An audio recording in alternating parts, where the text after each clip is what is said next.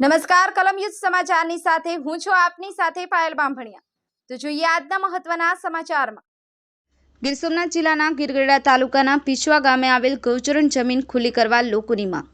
ગીરગઢડા તાલુકાના પીછવા કે જૂથ પંચાયત આવેલી છે અને પીછવા ગામે આવેલ આશરે 1000 વીઘા ગૌચરમાં લોકો દ્વારા પેશકદમી કરી ફળાઈના ઝાડ ઉગાડી અને વર્ષે લાખો રૂપિયાની ઉપજ કરતા હોવાથી અત્યારે બંને ગામોને માલઢોર ચારવા જગ્યા ન હોવાથી ખેતમજૂરો ખેડૂતો પોતાના માલઢોર પોતાના ઘરે બાંધી રાખે છે।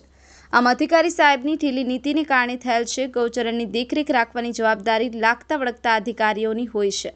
પીછવા ગામના લોકોએ મંડળી રચી ગીરગઢડા મામલતદાર સાહેબ તથા તાલુકા વિકાસ અધિકારી સાહેબને રૂબરૂમાં ગૌચરણ ખુલ્લું કરવાની અરજી આપેલ તેમજ ગીર સોમનાથ જિલ્લા કલેક્ટર સાહેબ તથા જિલ્લા વિકાસ અધિકારી સાહેબની રજિસ્ટર રેડીથી અરજી મોકલેલ તેમજ પીછવા તલાટી મંત્રી સાહેબની લિખિતમાં અરજી આપેલ। બંને ગામની ગૌચરણ જમીન છૂટી કરવા તમામ લાગતા વળગતા અધિકારી સાહેબને આવેદનપત્ર આપેલ।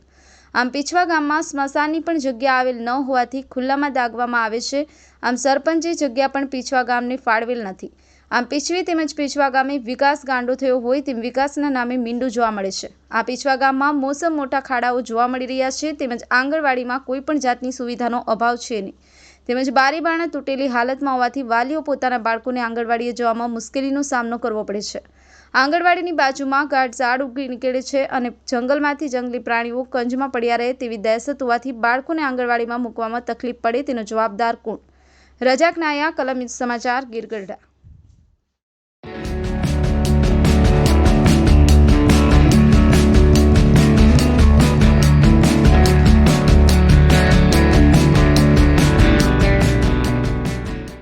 તમારું શુભ નામ બોલજો। મારું નામ ધીરુભાઈ બીજલભાઈ વાળા, ગામ પીછવા।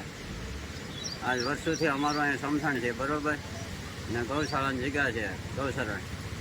અમને આ લોકો બાળવાની મનાઈ કરે છે ને બાળવા દેતા નથી। એટલે આ પરિસ્થિતિમાં પાડીને વયા થઈ ગઈ, બરાબર। સરપંચ અહીંના સરપંચે કોઈ વર્ષની સુવિધા સરપંચમાં ગ્રાન્ટ વાળા સરપંચ આમાં ધ્યાન દેતા નથી, બરાબર। કેટલી ગ્રાન્ટો વધી છે તો આમાં ગ્રાન્ટ આવે તો સરપંચ કંઈ ધ્યાન દેતા। તમારું ગૌચર અત્યારે શમશાન કયું છે, મુક્તિધામ કયું છે? ત્યાં મુક્તિધામ બાદ અમે ઉભા એ છે એમ 1900 વીઘા, આ 1900 વીઘા છે આ સરકારી તમારું ગૌશરણ। અમે વર્ષોથી અહીંયા જ બાળીએ છીએ માણસો, બરાબર। અમારે એ લોકો અહીંયા ના પાડવા આવે છે અમને। વિલેજ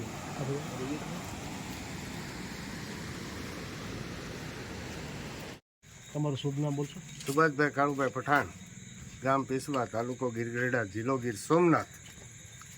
પ્રશ્ન અમારો એ છે ગૌશરણનો, જે ગૌશરણ આજથી ઝાઝા વર્ષો પહેલાં સદીઓથી કબજા કરેલા છે અને એ ગૌશરણ કમસે કમ 700-800 વીઘાની આળેગાળે આવેલું છે, બરાબર। એ ગૌશરણ માટે અમે અમારા ગીરગઢડા તાલુકામાં TDO સાહેબને, તાલુકા વિકાસ અધિકારી અને મામલતદાર સાહેબ અને કલેક્ટર સાહેબ તમામને આવેદનપત્ર અને અરજી આપેલી છે।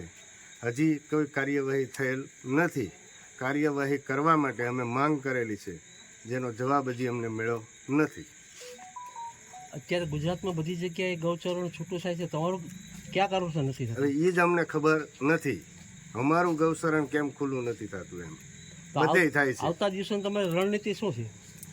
હવે તો આંદોલનમાં બેઠીએ એવું છે। અત્યારે માલઢોર ચરાવવા માટે કોઈ રસ્તો જ નથી, બધાના માલ હવને ઘેરે છે। અમારી પાસે 1 વીઘો પણ ગૌચરણ ખુલ્લું નથી। હાલની સ્થિતિ આ છે। તમારું શુભ નામ બોલશો। મારું નામ હેદરશા સુમાર શાહ જોણેજા।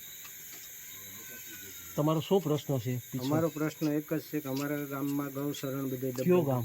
પીછવા। પીછવા ક્યાં આવ્યું છે? પીછવા એવું ગીરગઢડા તાલુકાનું। હા, પીછવા 2 હા।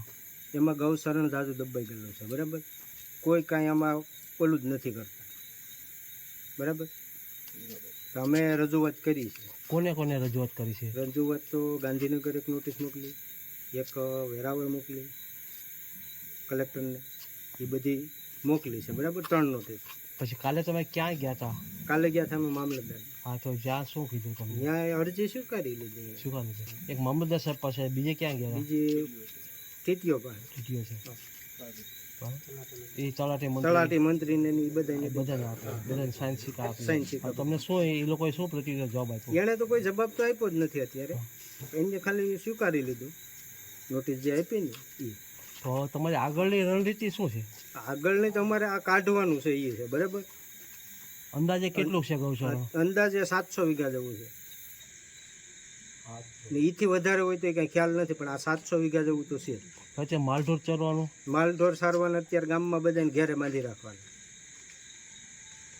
કોઈને ક્યાંય છોડવાના નહીં. તમારું શુભ નામ બોલશો? મારું નામ છે દવેરા આમભાઈ બાબુભાઈ, ગામ પીછવા, તાલુકો ગીરગઢડા, જિલ્લો ગીર સોમનાથ. તમારા પીછવાવાળા લોકોનો શું પ્રશ્ન છે? અમારા પીછવાવાળાનો એ પ્રશ્ન છે કે અમારા ગામનું ગૌશરણ દબાઈ ગયેલું છે ઝાઝા વર્ષોથી, તો એ ખુલ્લું કરવાનું છે, એમ એ પ્રશ્ન છે અમારા ગામનો. તમે ક્યાંય કોઈ અધિકારીઓને જાણ કરીશ? હા, અધિકારીને જાણ કરી છે. ગીરગઢડા ગયા હતા અમે, ગામ લોકો 10 થી 15 20 જણા ગયા હતા.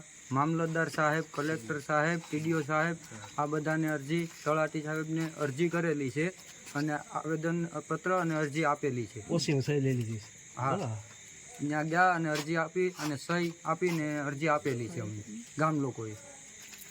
હવે પછીની તમારી રણનીતિ શું છે આગળની? અમારી રણનીતિ એ જ છે કે ઘણા અત્યાર સુધીમાં ઝાઝા ગામોના ગૌશરણ છૂટા થયા છે, તો અમારા ગામનું પીછવી જૂથ પંચાયત છે એ ગામનું ગૌશરણ હજી સુધીમાં ખુલ્લું કરવામાં ન થયું. અંદાજે કેટલું છે ગૌચરણ? ગૌશરણ અંદાજે 700 થી 800 વીઘા જેટલું ગૌશરણ છે અમારા ગામનું. તો તમારે અહીંયા માલઢોર ચારવા માટે અત્યારે માલઢોર સારવા માટે ગામજનોને ક્યાંય જગ્યા 1 વીઘા જેટલી જગ્યા રહી નથી અને ગામ લોકોને માલ ઘરે બાંધી અને નિરણ લાવી, ઘરના ખેતરોના શેઢાઓથી નિરણ લાવી અને માલને ધરવવા પડે છે.